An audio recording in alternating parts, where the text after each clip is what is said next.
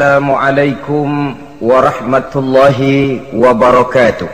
Waalaikumsalam warahmatullahi wabarakatuh.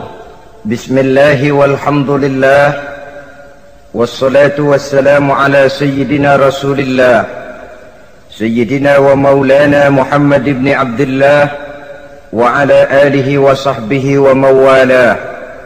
Amma ba'du, subhanaka la ilma lana illa ma 'allamtana innaka antal alimul hakim. La haula wa la quwwata illa billahil aliyyil azim.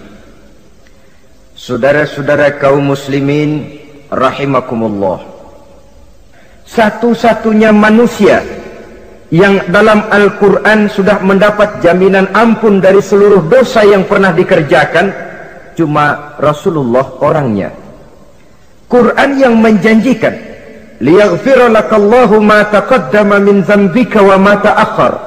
Wahai Muhammad, dosamu yang dahulu, dosamu yang sekarang, dosamu yang akan datang kalau memang ada, seluruhnya sudah mendapat jaminan ampun dari Allah Subhanahu wa ta'ala. Orang yang nyata-nyata sudah mendapat jaminan ampun dari segala dosa ini, ibadahnya luar biasa. Luar biasa bagaimana? Sejarah menceritakan beliau kalau sholat malam sampai bengkak kakinya karena rajin sujud. Aisyah menceritakan, satu malam selesai sholat isya saya akan tidur. Saya lihat suami saya sedang sholat, maka saya pun tidur. Tengah malam saya terbangun dari tidur, saya lihat suami saya masih sholat juga, saya tidur lagi. Menjelang sepertiga malam yang akhir saya bangun, saya lihat masih sholat juga. Saya hampiri beliau, saya tanya setelah sholatnya usai, "Bang," kata Aisyah, "ada apa yang?" Kata baginda Rasul. Sebab beliau itu, jangan senyum kalau saya katakan yang di sini. Sebab beliau itu pandai sekali menyenangi hati istrinya. Panggilan kelihatannya sepele, tapi bisa menghidupkan keharmonisan dalam rumah tangga. Beliau apabila memanggil Siti Aisyah dengan kalimat Humaira, "Ya Humaira," wahai yang pipinya kemerah-merahan. Cantik sekali panggilannya untuk istrinya. Kita kadang-kadang terlalu jujur tapi nyakitin. Mentang-mentang bini hitam kalau manggil bini hitam, sini lo. Jujur tapi nyakiti itu. Hadirin yang saya muliakan, baginda menjawab, "Ada apa ya? Abang ini kan dosanya sudah mendapat jaminan ampun dari Allah." "Iya, lalu gimana?" "Ya kalau ibadah jangan terlalu gitu-gitu benar, kenapa sih? Orang sudah dapat jaminan ampun itu kan mestinya tenang, aman. Ini malah seolah-olah beliau orang yang paling banyak mempunyai dosa. Tidak puas melaksanakan hanya sholat yang wajib ditambah dengan yang sunnah-sunnah. Tidak usah gitu-gitu bener lah bang, sudah dapat jaminan ampun ini." Terhadap usul istrinya ini, apa jawab beliau? Sederhana tapi melambangkan sikap jiwa yang luhur. Beliau menjawab, "Aisyah, afala uhibbu an akuna abdan syakura." Yang apa saya tidak senang kalau saya ini oleh Allah mendapat gelar abdan syakura, hamba yang pandai bersyukur, hamba yang tahu berterima kasih. Makin diampuni makin banyak sujud saya, makin diampuni makin banyak ibadah saya kepada Allah. Inilah prinsipnya. Saudara-saudara, oleh karena ibadahnya demikian rupa, Allah lalu dekat. Oleh karena Allah dekat, perjuangan beliau itu, walaupun Quraisy melakukan segala macam cara dan usaha, mengeluarkan segala daya dan dana, kemampuan dan kekuasaan, tidak pernah berhasil mematahkan, walaupun berhasil menekan perjuangan baginda Rasulullah sallallahu alaihi wasallam. Coba kalau kita buka sejarah, beliau itu kan mulai berjuang sendiri, yang dihadapi masyarakat yang keras, kasar, brutal. 14 abad yang lalu, semenanjung Arabia terkenal sebagai masyarakat yang jahiliyah, di mana maksiat dan munkarat merajalela. Sembahan adalah berhala. Anak perempuan lahir dibunuh hidup-hidup. Itu zaman dulu, zaman sekarang pun tidak jauh bedanya. Malah kalau zaman dulu dikubur hidup-hidup, sekarang sebelum lahir sudah dibunuh. Yang namanya abortus itu. Kadang-kadang aneh, kita mengadakan operasi bersih, dilarang buang sampah sembarangan. Kalau sudah buang sampah saja tidak boleh sembarangan, tahu-tahu zaman sekarang ini bayi dibuang di tempat sampah. Bukan lagi kertas, bukan lagi kardus, bayi dibuang di comberan. Kan lebih sadis sebenarnya dari jahiliyah 14 abad yang lalu.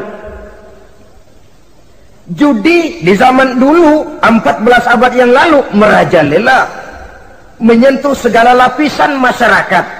Di zaman sekarang pun judi tidak kurang hebatnya, cuma tentu dengan bahasa yang lain.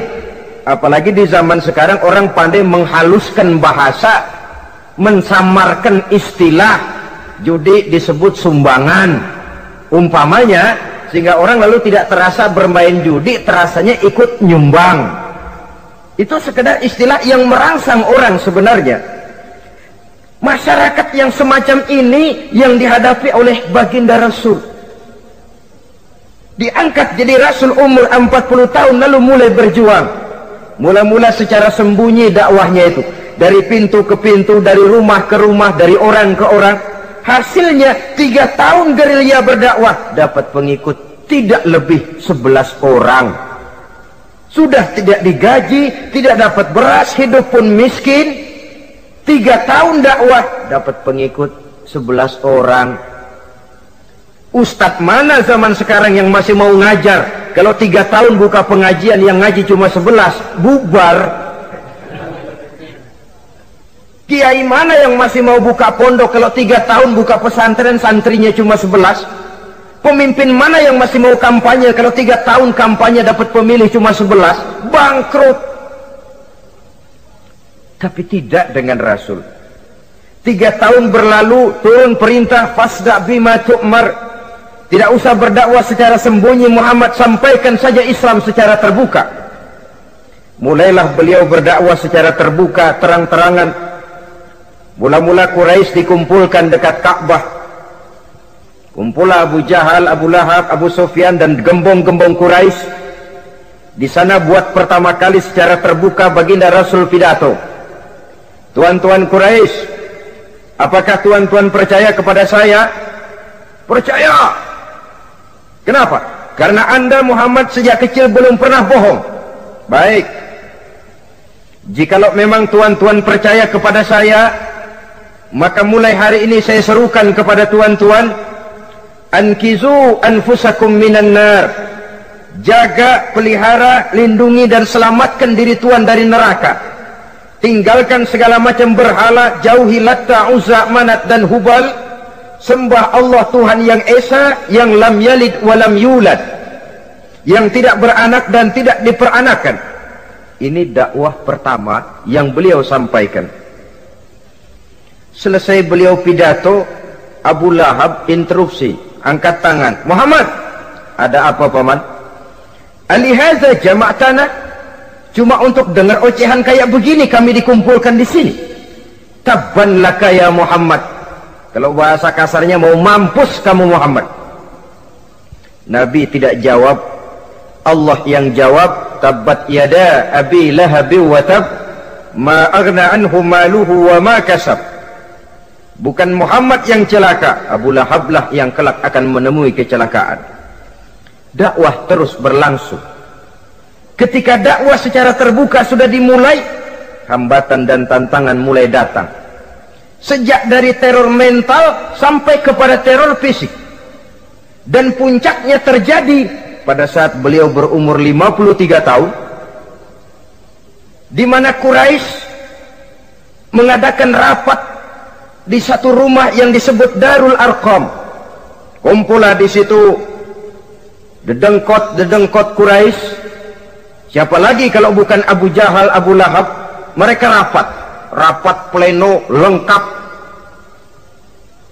Setelah rapat dibuka, kata Abu Lahab kepada Abu Jahal, "Jahal, bagaimana ini Muhammad?" "Iya, bagaimana? Apalagi yang belum kita lakukan," kata Abu Jahal. "Kita fitnah sudah, kita caci maki tiap hari, kita lontari kotoran onta, sahabat-sahabatnya kita bantai, tapi mereka tetap tegar."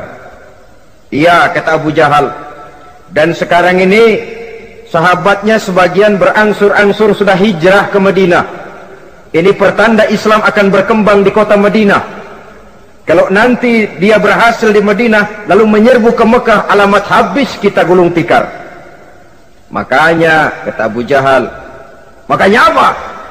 "Makanya dari dulu juga saya bilang, kempesin aja itu." Jadi kalau bahasa okemnya kan begitu toh. "Bunuh saja Muhammad, bunuh." "Iya, soal bunuh sih gampang," kata Abu Lahab. "Tapi Muhammad kan tidak keluar dari batu. Dia punya keluarga, sanak famili dan handai tolan. Kalau keluarganya menuntut balas, bagaimana ini?" "Gampang. Kita kan banyak punya suku. Tiap-tiap suku kan punya juara, tukang-tukang pukul. Sewa saja, tiap suku ambil tukang pukulnya, kita kepung rumah Muhammad, bunuh sama-sama. Kalau keluarganya akan menuntut balas, dia akan berhadapan dengan seluruh suku yang ada di semenanjung Arabia ini. Bagaimana, setuju?" "Setuju." "Nah, sudah. Kapan kita bunuh Muhammad?" "Kapan lagi, tidak usah buang waktu. Besok malam." "Ya, besok malam kita bunuh Muhammad. Tapi awas, semua yang ikut rapat di sini, ingat baik-baik, ini rahasia negara. Besok malam kita akan membunuh Muhammad. Siapa yang berani membocorkan rahasia negara ini, supersip, dianggap menghambat program Quraisy. Itu nanti dijatuhi hukuman berat ya.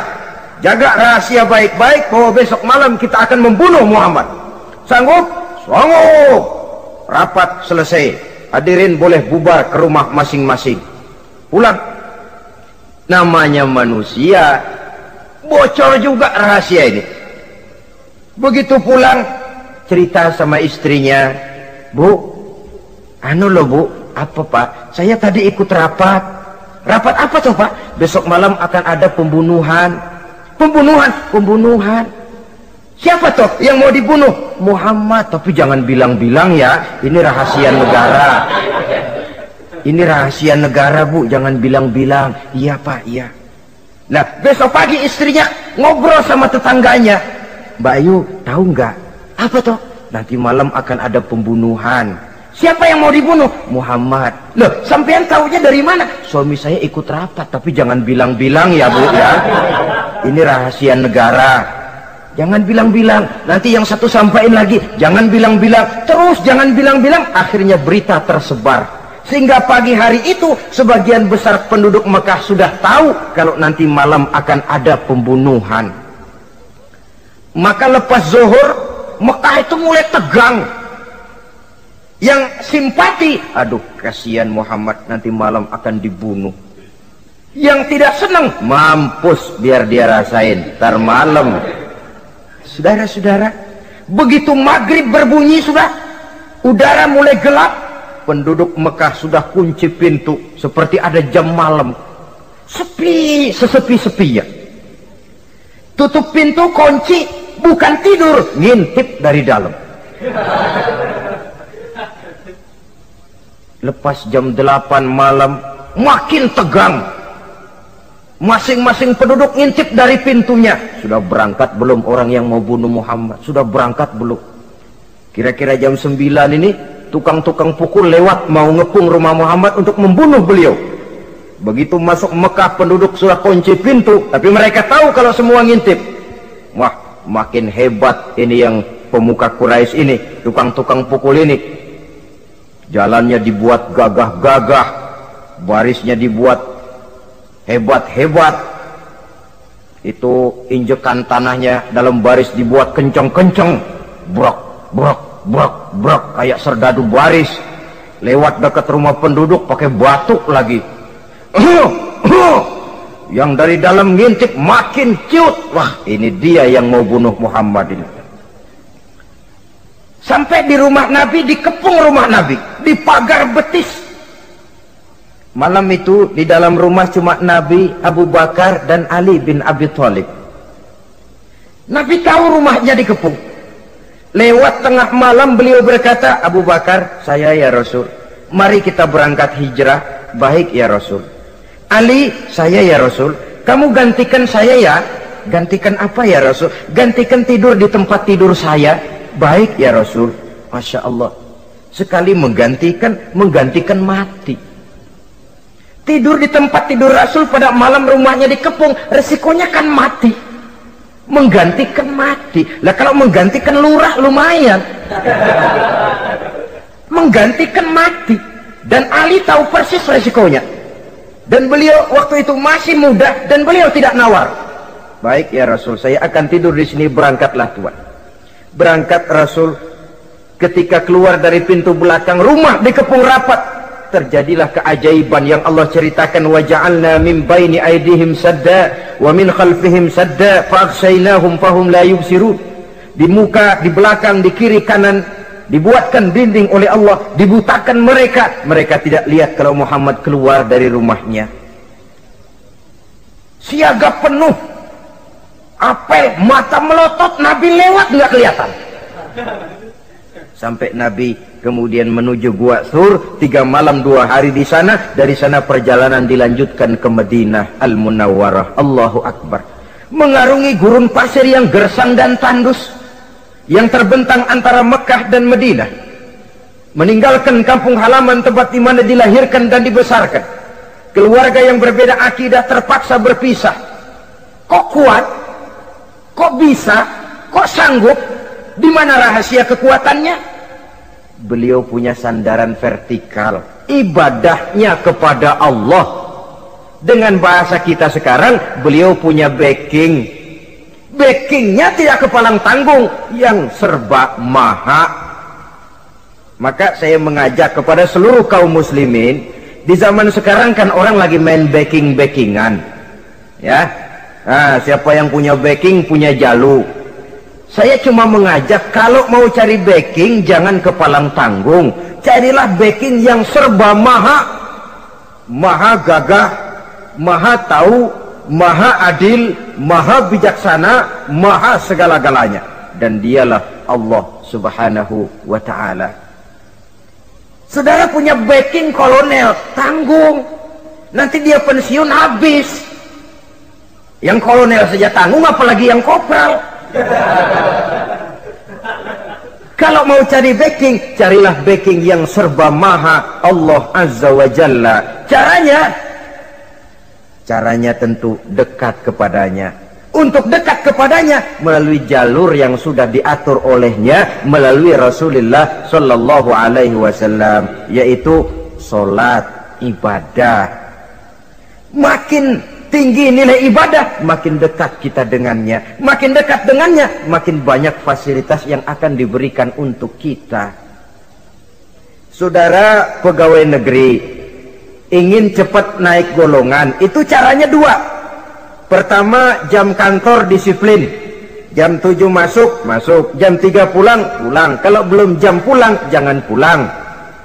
Yang kedua, tambahan, di luar jam kantor sering-sering datang ke rumah kepala bagian. Apa malam minggu, apa hari minggu, apa bawa jeruk, apa pisang Ambon, kan begitu toh. Ini nanti kan kepala bagian kan nilai, karyawan saya yang satu ini jam kantornya disiplin, tambahan dia sering datang hari minggu di luar jam kantor bawa jeruk lagi. Ini mestinya belum naik, lah gua naikin dulu ke atas. Naik, saudara-saudara. Yang saya maksud apa? Itu zuhur, asar, maghrib, isya, subuh, jam kerja resmi itu, jam kantor. Lah, ada kunjungan di luar jam kantor, yang namanya tahajud, yang namanya hajat, yang namanya duha. Nanti kan Allah lihat, ini hambaku yang satu ini jam kantornya betul, zuhur, asar, maghrib, isya, subuhnya tepat. Tambahan di luar jam kantor, dia sering menghadap kepadaku. Nah, hambaku ini aku angkat kau maqamam mahmudah, ke satu tempat yang terpuji. Kalau Allah yang ngangkat, satu negara orang mau rendahkan kita, kita akan tetap tinggi. Kalau Allah mau rendahkan, satu negara mau angkat kita, kalau memang dasar mesti nyungsap ke bawah. Inilah perlunya sandaran vertikal. Inilah perlunya kita mempunyai backing hanya kepada Allah. Pada waktunya orang akan sampai ke titik jenuh. Dalam kesunyian orang sering mempertanyakan eksistensi diri, mulai mempertanyakan hakikat keberadaannya di tengah kesibukan bisnisnya, di tengah kesibukan kerja dari rapat ke rapat, dari kantor ke kantor, dari tender ke tender.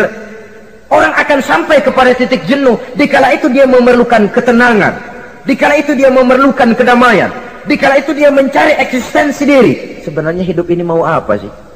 Cuma sekedar menjalani hal-hal yang rutin saja, pergi pagi pulang sore, peras keringat banting tulang, atau ada tujuan yang lebih luhur daripada sekedar ini? Dikala itulah dia mulai mencari jalur untuk mendekatkan diri kepada Sang Pencipta. Dan tidak bisa ingin dekat dengan Allah, saudara, pakai aturan sendiri. Ingin dekat dengan gubernur harus ikut aturan yang ditetapkan oleh protokolnya gubernur. Ingin dekat dengan presiden, ya ikut jalur yang sudah disusun oleh protokolnya presiden. Ingin dekat dengan Allah, ya ikut jalur yang sudah diatur oleh Allah melalui Rasulnya.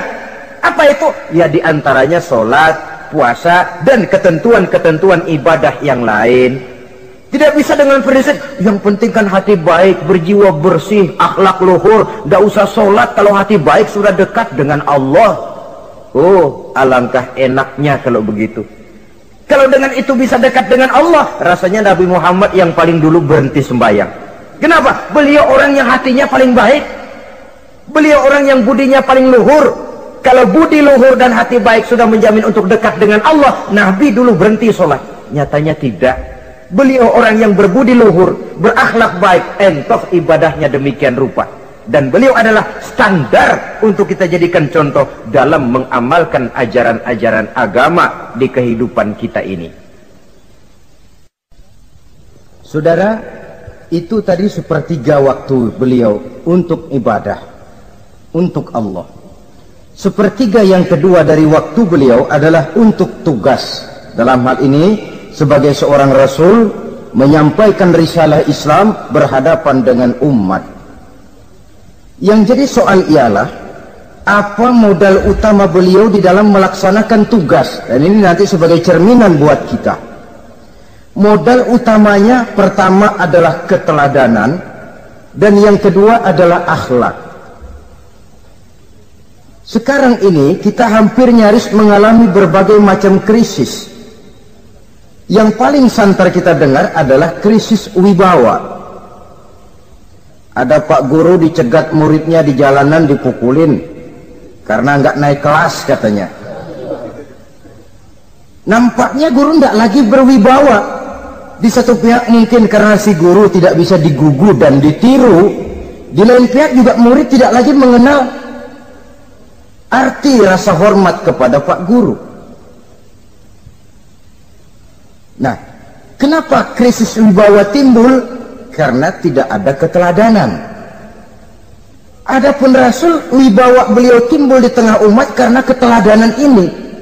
Apapun yang beliau ajarkan kepada umat, beliau adalah pelaksana pertama. Dengan kata lain, satunya kata dan perbuatan. Ini yang sangat diperlukan di zaman kita sekarang. Bukan cuma sekedar simposium, muktamar, kongres, rapat besar dengan keputusan bertumpuk-tumpuk kertas di atas meja, tetapi tidak pernah terrealisir dalam kehidupan.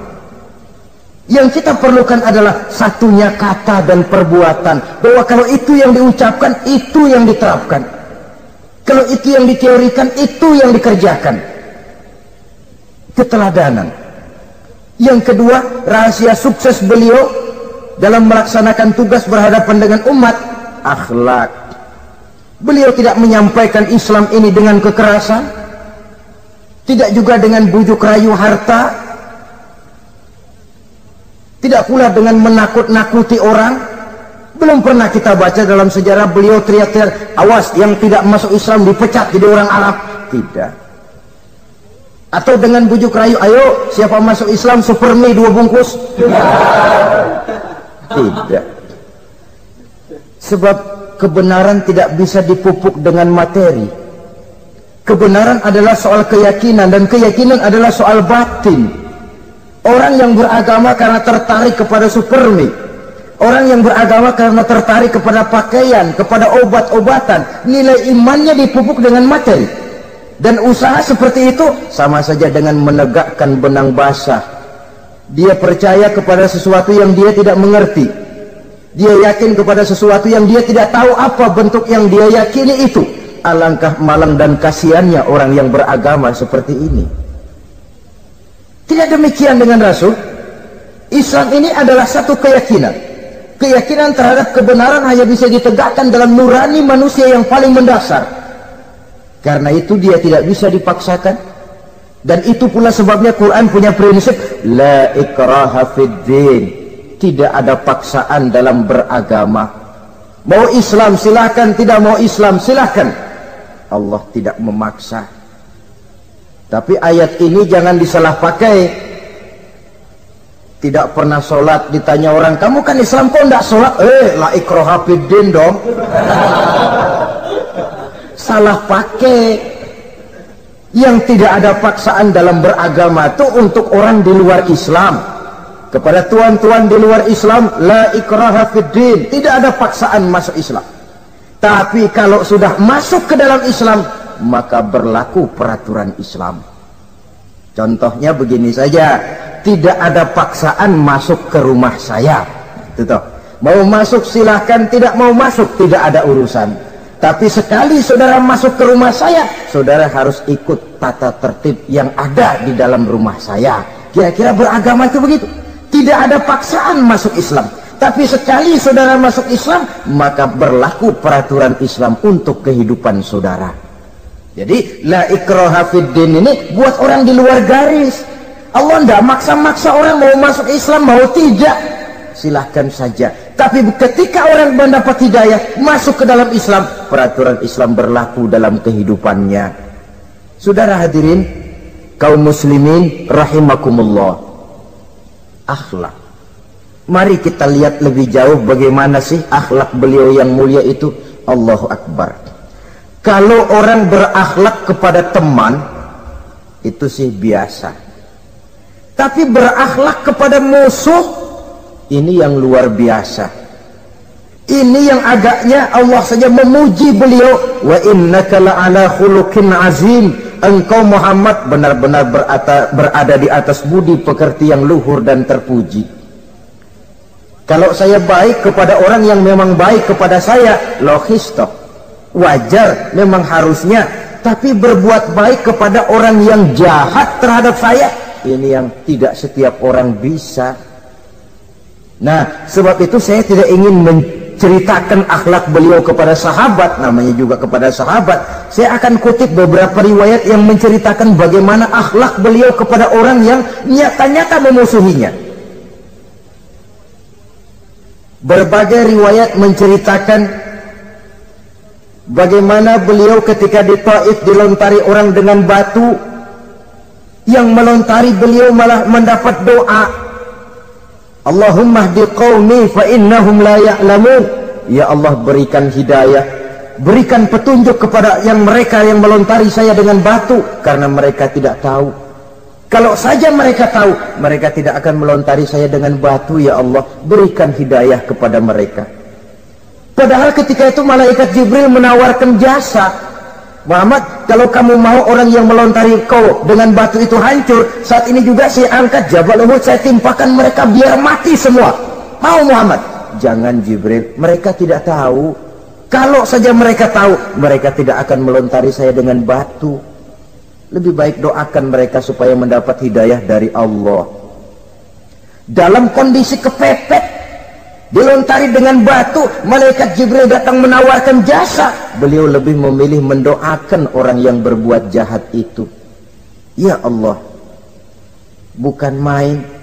Umumnya kita kan kalau lagi kepepet ada yang nolongin, girang bener.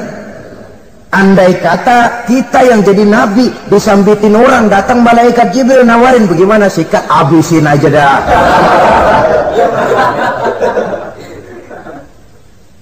Ini akhlak kepada musuh. Ketika beliau selesai sholat zuhur, istirahat rebah-rebah, tidur-tiduran di bawah pohon kurma, datang orang kafir yang bernama Daksur yang sudah lama mengintip-ngintip, mencabut dan menghunus pedang. Muhammad, kalau ini saat saya tebas batang lehermu, siapa yang akan menolong engkau? Tidak ada. Yang akan menolong saya Daksur? Iya, Allah yang akan menolong saya. Mendengar Allah, Daksur gemetar, keringat dingin bercucuran, pedang jatuh ke bawah, diambil oleh Rasul pedangnya, dibalikan ke leher Daksur. Kalau sekarang saya yang tebas batang lehermu Daksur, siapa yang akan menolong kamu? Tidak ada ya Rasul, kecuali kalau kau mau memaafkan saya. Baik, ambillah kembali pedangmu, kau saya maafkan, dan jangan ulangi lagi perbuatan semacam ini. Lain saat beliau sedang tawaf, diikuti oleh seorang Quraisy kafir. Sambil tawaf, ini kafir Quraisy sudah bawa pisau. Dia pikir, nanti di satu sudut yang agak gelap saya tikam Muhammad dari belakang, saya bunuh dia. Jadi kafir ini pura-pura ikut tawaf.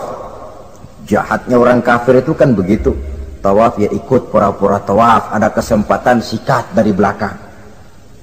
Putaran pertama belum ada kesempatan, putaran kedua makin tegang. Pokoknya begitu tempat agak gelap, cabut pisau, hantam saja sudah Muhammad, biar mati sekali di sini. Dan Nabi tahu, oh ini asisten pribadi malaikat Jibril, masih tahu toh. Jadi malaikat Jibril memberitahu, awas Muhammad, itu di belakangmu orang cuma pura-pura tawaf, dia bawa pisau mau bunuh kamu, hati-hati Muhammad, Roger ganti gitu.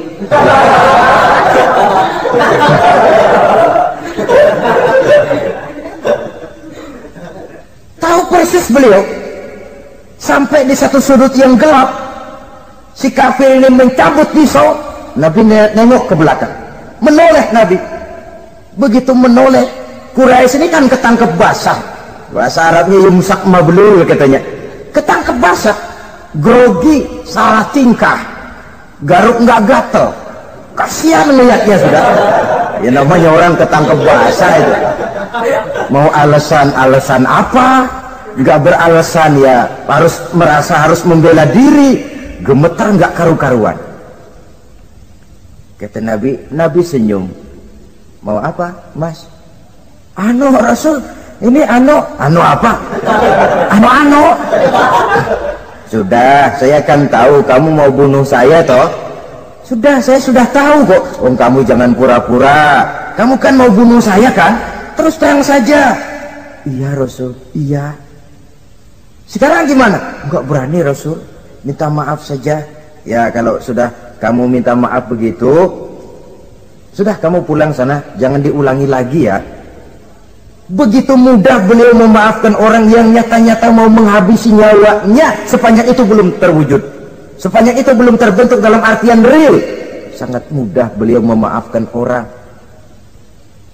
Saudara hadirin kaum muslimin rahimakumullah, pemaaf, lapang dada, toleransi, menghargai pendapat para sahabatnya, ini sederetan dari akhlak yang terpuji. Sehingga karena keluhuran akhlak inilah yang menyebabkan orang tertarik masuk ke dalam Islam. Beliau berprinsip apa? Basiru wala tunaffiru, yasiru wala tu'asiru. Gembirakan orang, jangan ditakut-takuti. Mudahkan persoalan orang, jangan dibikin sulit. Ini kan satu prinsip yang sangat baik dalam melaksanakan dakwah, dalam menyampaikan misi. Apapun tugas kita di masyarakat, sebagai pegawai pemerintahan, pejabat negara, pedagang, pengusaha, seniman, ustadz, mubaligh, kiai, ulama, dalam berbagai profesi, modal utama untuk sukses adalah akhlak. Sebab hati kita yang tahu cuma Allah. Orang lihat penampilan kita, orang lihat muka kita. Sebab itu Nabi katakan, innakum la tas'una nasa bi amwalikum walakin yas'uhum minhum bastul wajhi wa husnul khuluqi. Kamu tidak akan bisa menarik simpati orang banyak dengan hartamu, tapi bisa kau tarik simpati orang banyak dengan akhlak yang baik dan muka yang senyum, muka yang enak dilihat. Orang kadang sering bilang, dia mah biar mukanya begitu hatinya baik. Iya, soal hati kita nggak tahu. Yang kita lihat pertama muka. Bagaimana gue mau ikut dia, mukanya kayak batu kuburan. Kesan serem pertama itu kan sudah ada. Walaupun kadang-kadang hati memang baik, tapi hati itu kan urusan Allah. Yang kita lihat pertama muka. Ini barangkali nanti termasuk teori dalam psychology of salesman ya, bahwa sesuatu yang baik kalau dihidangkan dengan cara yang tidak baik, orang tidak akan tertarik. Lihat saja orang sekarang ini kan, entah makin lajunya dunia bisnis kita, masuk ke rumah-rumah kita cuma menawarkan air jahe, menawarkan sasa, menawarkan kecap bango, menawarkan barang-barang yang kelihatannya remeh. Ini kan termasuk psychology of salesman. Yang datang ya biasanya perempuan, wajahnya ya lumayan, paling kurang sedikit di atas 6 lah begitu. Lalu tutur katanya sopan, masuk ke rumah tidak sungkan, ada rasa familiar, rasa kekeluargaan, lalu datang. Taktik untuk menawarkan barang yang jadi merek dagangannya. Nah, Islam ini agama yang baik. Kalau disampaikan dengan cara yang tidak baik, sadis, memponis, orang akan lari dan jauh. Menyinggung, bukan menyentuh. Siapapun kalau tersinggung lari, tapi kalau tersentuh dia akan mendekat. Apaan lo Islam bayang begitu? Mikirnya anak, gue sembayang diomelin, mendingan kagak sembayang sekalian ketahuan. Saudara hadirin yang saya muliakan, ini yang diberikan contoh oleh baginda Nabi. Apapun tugas kita, pedagang utamakan akhlak, petani utamakan akhlak, seniman utamakan akhlak, mubaligh utamakan akhlak, pejabat negara utamakan akhlak, pelayan dan pengabdi masyarakat utamakan akhlak. Saudara hadirin yang saya hormati, kaum muslimin yang berbahagia. Jadi untuk sukses di masyarakat, untuk sukses di tempat tugas, modal utama adalah akhlak. Dan ini yang dicantikan contoh dari Nabi kita Muhammad sallallahu alaihi wasallam. Sepertiga waktunya untuk tugas. Dalam menjalankan dan melaksanakan tugas sebagai seorang rasul, menyampaikan risalah Islam, berhadapan dengan umat, modal utamanya adalah akhlak. Demikian juga kita di masyarakat.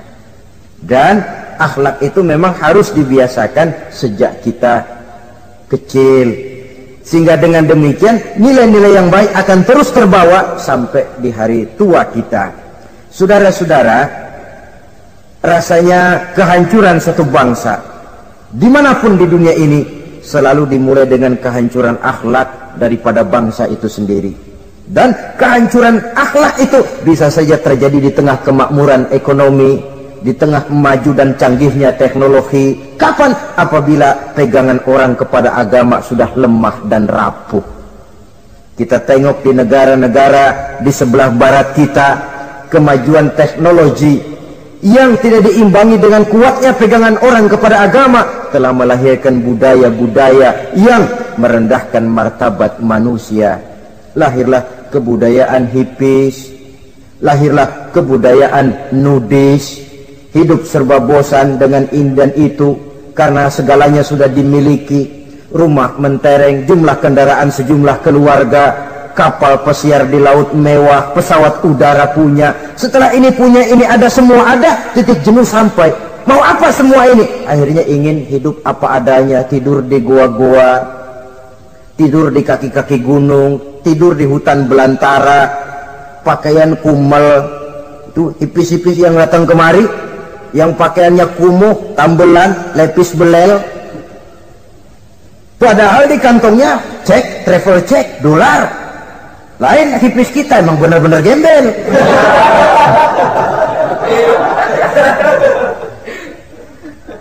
Merasa jenuh, merasa bosan. Bahkan sebuah berita dari Jerman, orang terlalu kaya, pulau dibeli. Di pulau itu dia bikin satu klub yang bernama klub nudis. Setiap anggotanya boleh masuk ke pulau itu dengan catatan tidak boleh pakai pakaian selembar pun, alias bugil, telanjang bulat. Sudah telanjang bulat itu. Dan di sana berlakulah apa yang disebut serba boleh. Jadi kalau di sana ke sana saudara bawa istri masuk anggota, ya silahkan saja. Istilah tukar pakai, simpan pinjam, bisa-bisa saja, asal suka sama suka. Asal perbuatan yang dianggap tidak merugikan orang lain, suka sama suka, sudah tidak bisa dituntut oleh norma yang berlaku. Ya. Itulah sebabnya kita sering prihatin bahwa kemajuan sering membawa pergeseran nilai. Apabila kita tidak bisa menghindarkan diri dari proses pergeseran nilai, setidaknya kan kita bisa menjaga diri jangan sampai hanyut oleh nilai-nilai yang negatif. Akhlak, baik sebagai muslim, baik sebagai bangsa Indonesia yang berkepribadian luhur, itu merupakan cerminan kita. Saya prihatin, belum lama diselenggarakan kontes bibir terindah. Kontes bibir terindah itu kira-kira apa manfaatnya? Apa yang jadi ukuran? Dan bukankah bibir karunia Tuhan? Ya kalau yang bibirnya mungil bisa ikut kontes lah, kalau yang jebleh gitu.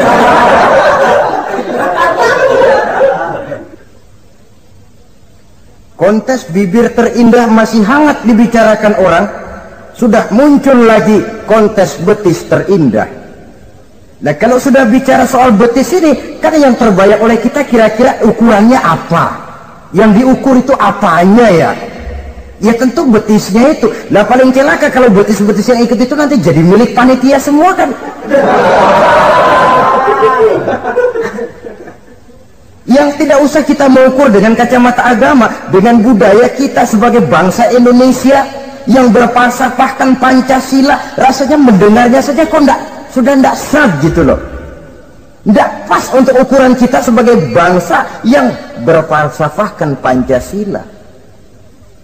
Saudara-saudara kaum muslimin rahimakumullah, ini yang saya maksud tadi, proses pergeseran nilai. Andai kata kita tidak bisa menghindarkan diri dari hal yang semacam itu, setidaknya kita bisa menjaga diri jangan sampai hanyut ditelan proses pergeseran nilai.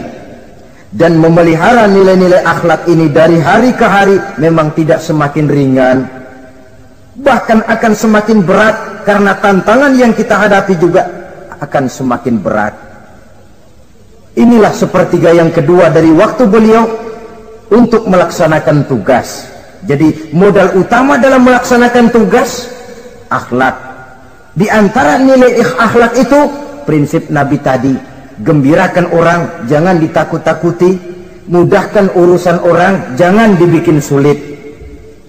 Sehingga kalau yang memang mudah lalu dipersulit, itu sudah mencerminkan akhlak yang tidak diajarkan oleh Rasulullah sallallahu alaihi wasallam. Kemudian yang terakhir, sepertiga yang ketiga dari waktu beliau adalah untuk keluarga.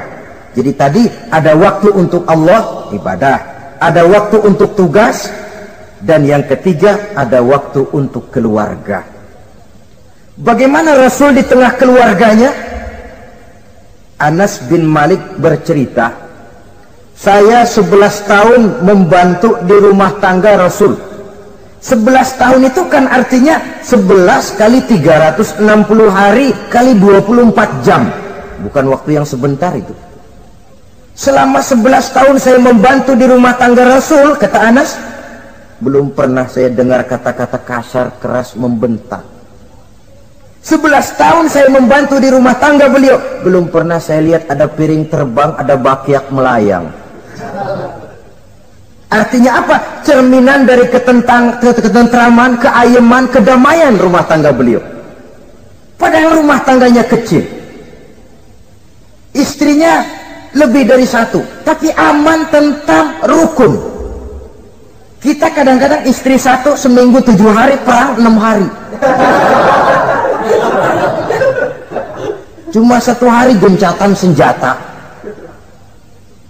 Sudah hadirin, saudara kaum muslimin rahimakumullah, kalau beliau tidak menyenangi satu masakan, misalnya masakan istrinya, Tidak mencah-mencah, cuma kelihatan dari makannya barangkali tidak begitu banyak, tapi tidak pernah mencela apapun yang dimasak istrinya. Senang ya dimakan, tidak senang ya dimakan karena menghargai lelah jerih payahnya istri. Ini kelihatannya sepele, tapi dari sini keharmonisan rumah tangga itu bisa saja timbul. Bukankah seseorang hanya bisa sukses di tempat tugas? Jadi apapun dia, kalau berangkat dari ketentraman dan ketenangan di rumah tangga. Dan tidak ada orang bisa meraih sukses kalau dia berangkat dari rumah tangga yang berantakan. Itulah sebabnya ini sangat diperhatikan oleh baginda Rasul. Dari rumah yang kecil, dari tempat tidur yang sederhana, yang sebelah itu kain kasar, sebelah dipakai untuk tidur, sebelah dipakai untuk selimut. Jadi kasur merangkap selimut. Allahu Akbar. Tapi dari rumah tangga yang semacam itu keluar ucapan baiti jannati, rumah tanggaku laksana surga bagiku. Di mana sih rahasianya? Karena rumah tangga beliau didirikan di atas ajaran agama. Agama membuat suami istri tahu hak dan tahu kewajiban. Kalau kewajiban dilaksanakan, hak diberikan, akan timbul saling pengertian. Apabila ada pengertian, akan timbul ketenangan, dan ketenangan adalah tangga utama untuk mencapai rumah tangga bahagia. Apalah artinya? Seperti banyak istilah orang, rumah bertingkat, uang banyak berlipat-lipat, kendaraan serba mengkilat, istri pun cantik memikat, kadang-kadang jumlahnya 4, tapi tiap hari kiamat. Tidak pernah ada ketenangan dan kedamaian di rumah itu. Saudara hadirin, lebih celaka lagi sudah rumah gubuk berantem melulu. Sudah kiamat itu, sudah kiamat. Jadi dengan adanya pelaksanaan kewajiban, pemberian hak, timbul pengertian. Pengertian membawa ketenangan. Suami keluar rumah, istri tenang di rumah. Suami meninggalkan istri pun hatinya tenang dan tentram, tidak uas-uas, tidak berpikiran nanti kalau saya lembur ini istri ngompreng, tidak. Si istri pun lega melepas suami karena ada keterbukaan. Ini kan menurut angket terakhir loh ya, yang diadakan oleh beberapa majalah di ibu kota ini, di ibu kota katanya, dari sejumlah laki-laki yang disebarkan angket, ternyata jika ada 3 laki-laki, 2 nyeleweng. Jadi angka penyelewengan itu 2/3 dari jumlah laki-laki itu menyeleweng katanya. Ya mudah-mudahan yang kumpul di sini termasuk 1/3 yang nggak nyeleweng itulah. Dan tidak semua bentuk penyelewengan itu karena alasan ekonomi, bukan pula karena alasan ketidaksetiaan istri, tapi merupakan cerminan dari sikap hidup di mana orang jauh dari nilai-nilai agama, sehingga penyelewengan itu dianggap sesuatu yang manusiawi, biasa-biasa saja, bahkan kadang-kadang ikut membentuk status sosial, melahirkan kebanggaan. Innalillahi. Orang kalau sudah bangga nyeleweng bangga, nah, itu kiamat sudah. Sama saja bikin dosa ketawa, waduh, itu malaikat gemes benar. Udah bikin dosa cengengesan, cengir, udah ada rasa nyesel, udah ada rasa takut, udah ada rasa bersalah, biasa gitu. Saudara hadirin yang saya muliakan, ini kan cerminan dari rapuhnya pegangan orang kepada agama. Jadi untuk membina rumah tangga yang bahagia ini, 1/3 dari waktu untuk di tengah keluarga menghidupkan nilai-nilai agama di rumah tangga kita.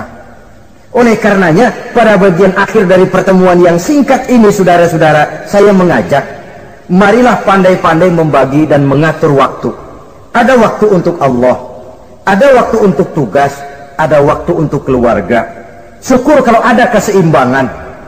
Tapi kalau tidak, istilah usul fikih itu tatimul aham minal muhim, mendahulukan yang terpenting dari yang penting. Kalau ada 3 persoalan semuanya penting, tentu di antara 3 ini kan ada yang lebih penting, yang itulah yang dikerjakan lebih dulu. Dan ini tidak berarti bahwa penjatahan waktunya harus sama. untuk ibadah dalam sehari semalam sekian jam, untuk tugas sekian jam, untuk keluarga sekian jam. Tidak bisa kita targetkan begitu. Dan yang dimaksud di sini pun adanya pengaturan.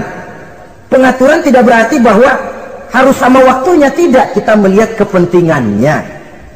Saudara hadirin, sama saja di zaman sekarang, kalau dengan pembangunan kita ingin menciptakan pemerataan di kalangan rakyat, itu tidak berarti bahwa rakyat Indonesia ini standar ekonomi harus sama semua seperti yang dicita-citakan komunis. Tidak bisa. Menciptakan pemerataan artinya kalau yang kaya bisa semakin kaya, kenapa yang miskin tidak bisa naik jadi sedikit kaya? Dan artinya menciptakan kesempatan kepada setiap penduduk Indonesia untuk merubah tahap dan taraf kehidupannya. Demikian juga adanya pengaturan waktu. Bukan berarti untuk Allah sekian jam, keluarga sekian jam, tugas sekian jam. Sebab jam-jam ini sulit kita jatahkan. Kadang-kadang tugas, kadang-kadang keluarga, kadang-kadang ibadah kita sedang gandrung.